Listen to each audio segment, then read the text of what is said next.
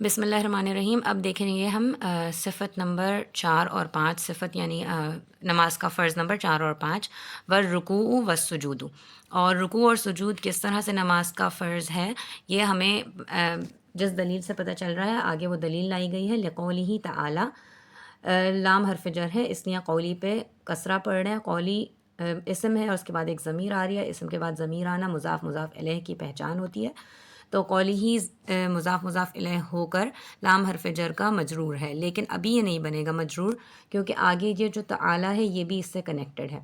تعالی جو ہے یہ ذوالحال بنتا ہے، اس کے لیے آپ اگر چاہیں تو یہ والی ترکیب کی کتاب کو ضرور ملاحظہ کریں، یہ بہترین کتاب ہے، اس میں قواعد ہیں۔ اس میں ذوالحال حال کے چیپٹر میں آپ کو پتہ چلے گا کہ اللہ اسم جلالت کے بعد بطور صفت بیان کردہ افعال اسم جلالت سے حال واقع ہوتے ہیں۔ اب یہاں پہ اللہ تعالیٰ کا اسم موجود نہیں ہے، لیکن یہ جو ہو ضمیر ہے یہ اللہ تعالیٰ کی طرف ہی نشاندہی کر رہی ہے، تو اس سے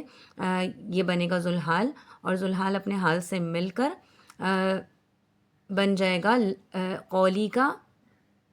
مضاف الیہ، تو پھر قولی اپنے مضاف الیہ سے مل کر جو بن جائے گی لام حرف جر کا مجرور۔ اس کے بعد انہوں نے یہ آیت بتائی ہے آگے، اور یہ سورہ حج کی آیت نمبر 77 ہے۔ آیت میں اس لیے تلاوت نہیں کر رہی ہوں کیونکہ سماعت کرنے والے تمام لوگوں کے اوپر سجدہ تلاوت واجب ہو جائے گا۔ اس کے بعد چھٹا فرض جو ہے نماز کا ہے، والقعدۃ فی آخر الصلاۃ مقدار التشہد۔ تو والقعدۃ، یہ ہم یہاں سے جملہ شروع ہو رہا ہے اور ہم دیکھ رہے ہیں کہ جملے کا پہلا جز جو ہے وہ ایک اسم ہے۔ اسم کیسے ہے یہ ہمیں پتہ چل رہا ہے، الف لام داخل ہے اور اس پہ تا بھی ہے، تو یہ اسم ہونے کی دو علامات اس میں موجود ہیں۔ تو جب جملہ اسم سے شروع ہوتا ہے تو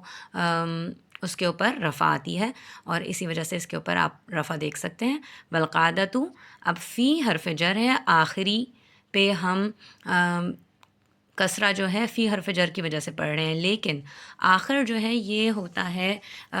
غیر منصرف۔ غیر منصرف پر کسرہ اور تنوین نہیں آ سکتے، سوائے یہ کہ کسرہ آنے کی دو صورتیں ہو سکتی ہیں، اگر وہ غیر منصرف مضاف ہو رہا ہے یا اس غیر منصرف پہ الف لام داخل ہے۔ یہاں پہ آخر جو ہے وہ مضاف ہو رہا ہے۔ دیکھیں نکرہ کے بعد معرفہ آنا مضاف مضاف الیہ کی پہچان میں سے ایک ہے، تو یہاں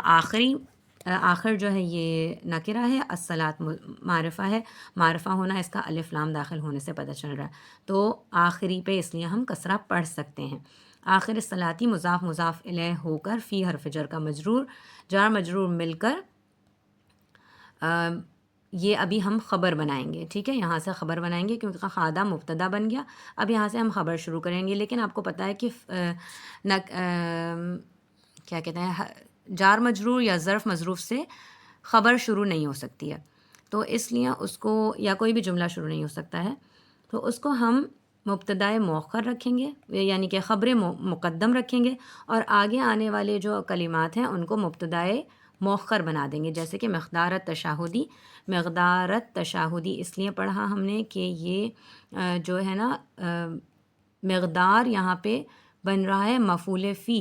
کتنا انہوں نے بتایا ہے، اور قعدہ اور بیٹھنا فی آخر الصلاۃ، نماز کے آخر میں مقدار التشہدی، تشہد پڑھنے کی مقدار۔ تشہد کیا ہوتا ہے؟ التحیات، اور اس کے ساتھ جب ہم شہادت پڑھتے ہیں اس کو کہتے ہیں تشہد، تو مقدار التشہدی یہ بنے گا مضاف مضاف الیہ مل کر بن جائے گا مفعول فی۔ اب آپ کہیں گے یہ مفعول فی بن رہا ہے تو اس کا فعل کہاں ہے؟ جب کبھی کبھی جو مصدر ہوتا ہے نا وہ اگر مفعول مطلق نہ ہو تو وہ اپنے فعل والا عمل کرتا ہے، تو قعدہ کا فعل کیا ہے؟ یہ تو مصدر ہے، لیکن اصل میں اس کا فعل کیا ہے؟ قعدہ، بیٹھنا، تو یہ جو ہے عمل کرے گا اپنے فعل والا، تو ہم یہاں فی آخر الصلاۃ کو بھی اس کا مفعول فی بنا سکتے ہیں، اور مقدار التشہدی بھی اس کا مفعول فی بنے گا، اور یہ مصدر اپنے مفعول فی سے مل کر بن جائے گا جملہ اسمیہ۔ والقعدۃ فی آخر الصلاۃ مقدار تشہدی، اور بیٹھنا نماز کے آخر میں تشہد کی مقدار، اور اس کی دلیل ہمارے پاس ہے لقولہ علیہ السلام، نبی کریم صلی اللہ تعالیٰ علیہ وآلہ وسلم کے قول کے سبب، لابن مسعود رضی اللہ تعالیٰ عنہ،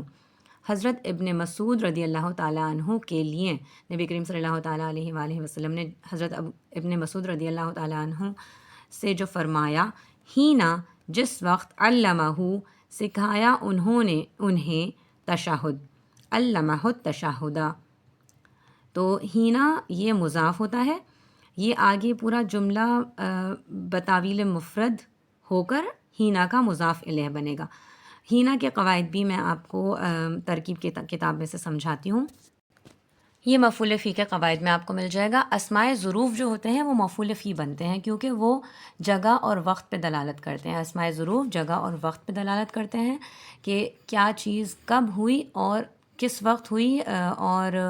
کس جگہ پر ہوئی۔ تو یہاں پہ ہینا اذن جو ہے وہ اصل میں ہینا اس کا ایک شارٹ فارم ہے، اس کا کمپلیٹ عبارت ہوتی ہے ہینا اس کانا قضا، تو ہینا یہاں پہ مفعول فی بنے گا، اور بتاویل مفرد جو آگے جملہ آ رہا ہے وہ بتاویل مفرد ہو کر اس کا مضاف الیہ بن جائے گا، نہیں مضاف بنے گا ہینا، اور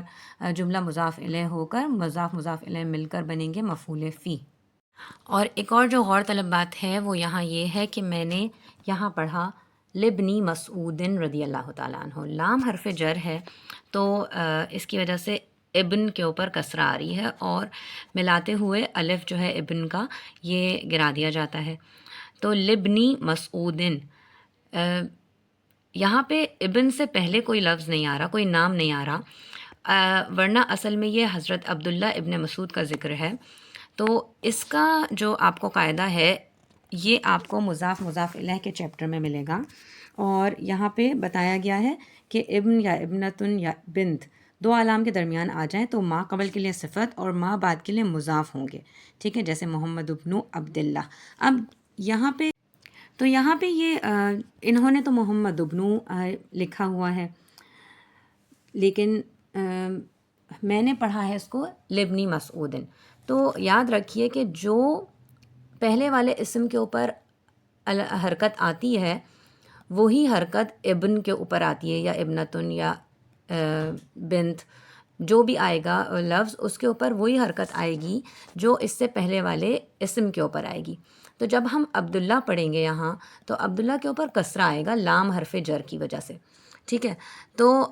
اسے پڑھا جائے گا لعبداللہ بن مسعود، لی عبداللہ بن مسعود، لی عبداللہ ابن مسعود، کیونکہ عبداللہ جو ہے وہ مجرور ہے،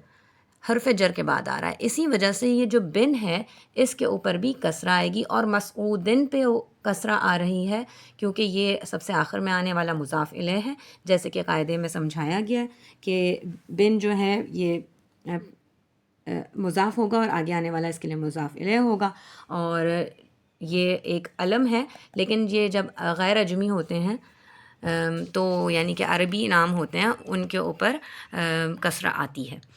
اسی وجہ سے یہاں پہ پڑھا گیا لابن مسعود رضی اللہ تعالیٰ عنہ ہینا علمہ، علمہ یہاں پہ فعل ہے باب تفعیل سے، صرفہ یصرف، اس کی علامت ہوتی ہے کہ اس کے لام کلمے کے اوپر تشدید ہوتی ہے، تو یہ علمہ فعل ہے اور ہوں ضمیر اس کا مفعول بھی ہے کہ انہوں نے سکھایا۔ اب انہوں نے سکھایا اس کا فاعل کون ہوگا؟ تو اس کا فاعل ڈھونڈنے کے لیے ہم یا تو آگے جائیں گے یا پیچھے جائیں گے جملے میں۔ اب آگے کوئی ایسا فاعل ہمیں نظر نہیں آ رہا، تشہد فاعل نہیں ہو سکتا اس کا، تو تشہدہ ہم نے اس لیے پڑھا ہے کیونکہ وہ مفعول بھی بن رہا ہے، مفاعل پہ نصب آتا ہے، تو اس کا فاعل کون ہے؟ اس کا فاعل ہے نبی کریم صلی اللہ تعالیٰ علیہ وآلہ وسلم، تو وہ اس کو جاننے کے لیے ہمیں عبارت میں پیچھے جانا پڑے گا کہ نبی کریم صلی اللہ علیہ وآلہ وسلم کے قول کے سبب حضرت ابن مسعود رضی اللہ تعالیٰ عنہ کے لیے جس وقت سکھایا انہیں نبی کریم صلی اللہ تعالیٰ علیہ وآلہ وسلم نے سکھایا حضرت عبداللہ ابن مسعود رضی اللہ تعالیٰ عنہ کو تشہد۔ تو آگے جان لیتے ہیں نبی کریم صلی اللہ علیہ وآلہ وسلم نے کیا فرمایا۔ نبی کریم صلی اللہ تعالیٰ علیہ وآلہ وسلم نے فرمایا اذا قلتا، جب کہو تم، اذا مضاف ہوتا ہے اور یہ بھی حرف وہ یہ اسم ظرف ہے، اور یہاں یہ جو ہے مضاف ہو رہا ہے، اور آگے والا جملہ بتاویل مفرد ہو کر اس کا مضاف الیہ بنے گا۔ قلتا، قلتا ہے واحد مذکر حاضر، جب کہو تم، حاضہ یہ اس میں اشارہ ہے کہ جو بھی انہوں نے فرمایا کہ جب آپ ایسا کہیں یعنی کہ تشہد پڑھیں، او یا یہ حرف عطف ہے، یہ قلتا حاضہ معطوف علیہ حرف عطف، اور آگے آنے والا جو ہے وہ معطوف بنے گا فعلتا، یا کرو تم یہ، اذا قلتا حاضہ جب کہو تم یہ، یا فعلتا حاضہ کرو تم یہ، فقد تمت صلاتک تو تحقیق تمام ہوئی تمہاری نماز۔ تمام ہوئی ہمیں کیسے پتہ چلا؟ کیونکہ یہ مؤنث کا صیغہ ہے، اور اس کا فاعل کون ہے؟ کون تمام ہوئی؟ تمہاری نماز، اسی لیے دیکھ لیجئے صلاتو پہ رفع آ رہا ہے، فاعل کے اوپر ہمیشہ رفع آتا ہے، اور کا ضمیر جو ہے یہ اس کا مضاف الیہ ہے،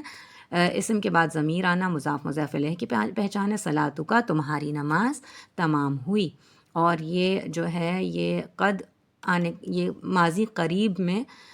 کا معنی دیتا ہے جب قد فعل ماضی پہ داخل ہوتا ہے۔ تو جب انہوں نے یہاں پہ اذا جو ہے نا حرف شرط ہے، اس میں ظرف تو ہے ہی کیونکہ وقت کی بھی بات کر رہا ہے کہ جب آپ کریں گے ایسا اور کہیں گے ایسا، لیکن یہاں یہ حرف شرط ہے، بمعنی شرط ہے، تو جب انہوں نے کہا کہ تب آپ ایسا کریں گے تو ایسا ہو جائے گا، یہاں پہ شرط بیان کی گئی اور فا سے اس کی جزا ہے، تو اذا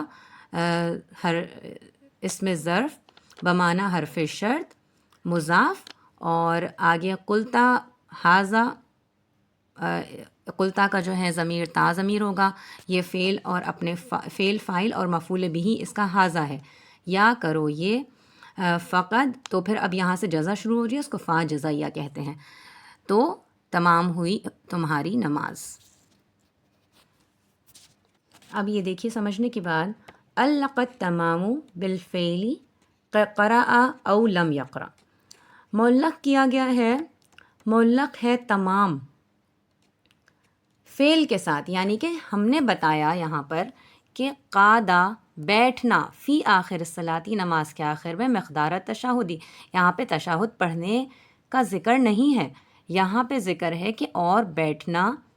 تشہد کی مقدار، یعنی کہ جتنی دیر تشہد پڑھا جاتا ہے اتنی دیر اگر کوئی بیٹھ جائے گا تو نماز کا فرض ادا ہو جائے گا۔ نماز کے آخر میں بیٹھنا مقدار تشہدی، اور نبی کریم صلی اللہ علیہ وسلم نے اس طرح سکھایا کہ جب آپ کہیں ایسا یا آپ کریں ایسا تو آپ کی نماز تمام ہو جائے گی۔ تو